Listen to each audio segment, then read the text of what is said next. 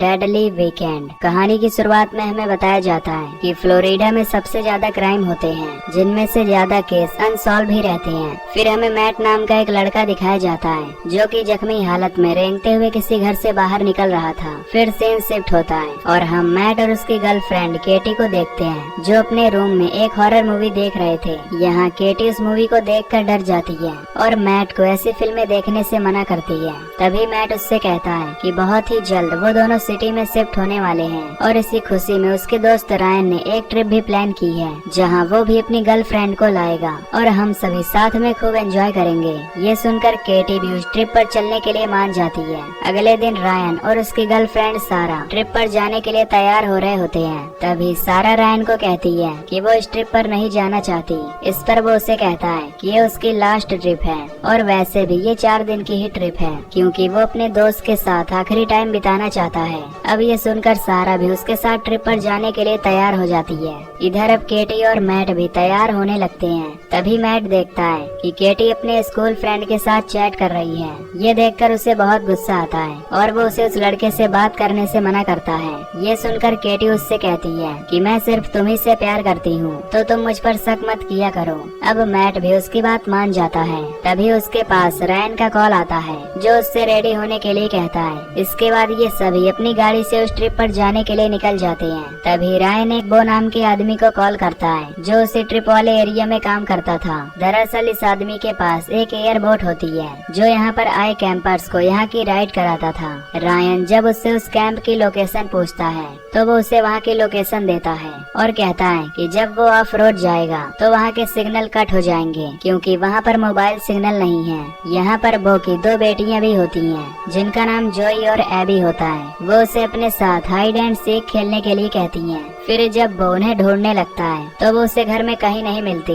पर तभी क्लोजेट से उसे आवाज आती है और वो उन दोनों को पकड़ लेता है। इधर रास्ते में ये चारों मस्ती करते हुए उस जंगल में पहुंच जाते हैं जहां पर ये सभी कैंप लगाने वाले थे। अब वो गाड़ी आगे नहीं जा सकती थी, इसलिए वो पैदल ही वहां से आगे बढ़ते हैं। इधर वो वहां आए कैंपर्स को अपनी बोट से राइड करा रहा होता है। फिर वो कैंपर्स उसके साथ फोटोज भी खिंचवाते हैं क्योंकि वो उन्हें काफी पसंद आ रहा होता है। इधर वो चारों एक गलत जगह पर आ जाते हैं। फिर रायन उस मैप में चेक करता है कि उन्हें जाना कहाँ है। फिर वो उस जगह पर पहुंच जाते हैं जो कि नदी के किनारे होती है। वो वहाँ पर टेंट लगाने लगती हैं। तभी केटी रायन से कहती है कि क्यों ना वो टेंट लगाने में रेस लगाएं और जो पहले टेंट लगा देगा वो जीत जाएगा और जो हारेगा उसे कैंप फायर के लिए लकड़ी लेने जंगल में जाना होगा। फिर जब वो सभी रेस लगाती हैं तो उनमें लड़कियां जीत जाती हैं, जिसके बाद वो अपने बॉयफ्रेंड को ऑर्डर देती हैं कि वो लकड़ी लाने जंगल में जाएं। तभी केटी रायन से कहती है कि उसे पे करना है। इस पर रायन उसे कहता है कि वो यहाँ से 100 मीटर दूर जंगलों में चली जाए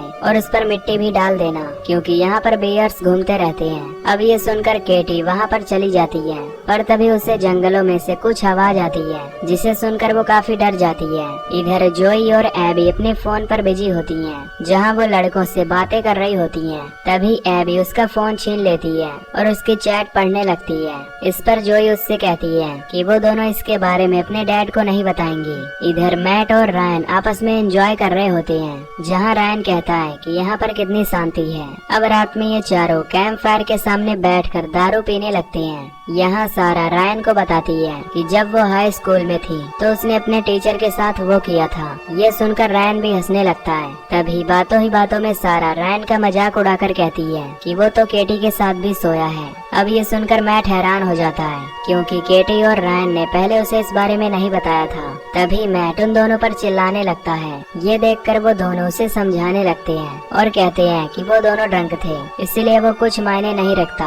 अब मैट को इससे बहुत बुरा लगता है और वो यहाँ से जाने लगता है। अगली सुबह मैट फिर से वापस आता है जहाँ केटी उससे माफी मांगने लगती है। वो उससे कहती है कि ये बात उसने उसे इसीलिए नहीं बताई क्योंकि वो बहुत शक्की है। अगर वो उससे ये बात बताती तो वो उससे ब्रेकअप कर लेता, पर मैट उसकी एक नहीं सुनता और कहता है कि वो उसके साथ ब्रेकअप कर रहा है। तभी उसके सामने रायन आता है और उसे रोककर उससे माफी मांगने लगता है, लेकिन मैट उसकी एक नहीं सुनता और उससे भी लड़ने लगता है। अब केटी और सारा उन दोनों की लड़ाई छुड़वाती हैं और मैट वहाँ से चला जाता है। रायन उसे अकेला नहीं छोड़ना चाहता था, इसीलिए वो उसके पीछे जाने लगता है। तभी वहाँ पर जोई आती है, जो उन दोनों लड़कियों से कहती है कि उसे यहाँ उसके डैड ने भेजा है, क्योंकि उन्होंने उनकी बोट बुक की थी, तो वो लोग उसके साथ राइड पर चल सकते हैं। ये देखकर वो दोनों उसे 2 मिनट इंतजार करने के लिए कहती हैं, और फिर दोनों आपस में बातें करने लगती हैं कि वो अब मैट को कैसे समझाएं। इधर रायन जब मैट को ढूंढ रहा होता है तो तभी कोई इस पर हमला कर देता है। फिर वो एक लकड़ी से उसे बुरी तरह पीटता है, जिससे उसकी वहीं मौत हो जाती है। इधर अब मैट वापस आ जाता है और उसका गुस्सा भी अब शांत हो गया था। फिर वो लड़कियां उससे पूछती हैं कि रायन कहाँ है, जिस पर वो कहता है कि उसे नहीं पता कि वो कहाँ है। तभी वहाँ पर जोई की बहन एबी भी आ जाती है और वो दोनों कहती हैं कि क्या वो उनकी मदद कर सकती हैं। फिर सारा उन्हें अपने साथ लेकर रायन को ढूंढने चली जाती है। तभी आगे जाने पर सारा को वहाँ रायन की शर्ट का एक टुकड़ा मिलता है और वहाँ पर काफी खून पड़ा हुआ था, जिससे उसे लगता है कि मैट ने रायन को मार डाला है और उसकी बॉडी कहीं छुपा दी है। ये देखकर वो वापस से कैंप पर जाती है और मैट से पूछती है कि उसने रायन के साथ क्या किया है। इस पर मैट कहता है कि उसने उसके साथ कुछ भी नहीं किया है। तभी वो दोनों लड़कियां कहती हैं कि उन्हें पुलिस को बुलाना होगा, तो क्यों न तुम सब हमारे घर पर चलो, जो कि यहीं पास में ही है। ये सुनकर वो तीनों उसके घर जाने के लिए तैयार हो जाते हैं। तभी रास्ते में मैट उनसे कहता है कि उसने रायन के साथ कुछ भी नहीं किया। इस पर वो दोनों लड़कियां कहती हैं कि ये तो अब पुलिस ही बताएगी। ये सुनकर वो एबी को धक्का दे देता है, जिससे जोई को गुस्सा आ जाता है। तभी वो एक बेसबॉल बैट उठाकर मैट के सर पर मारती है,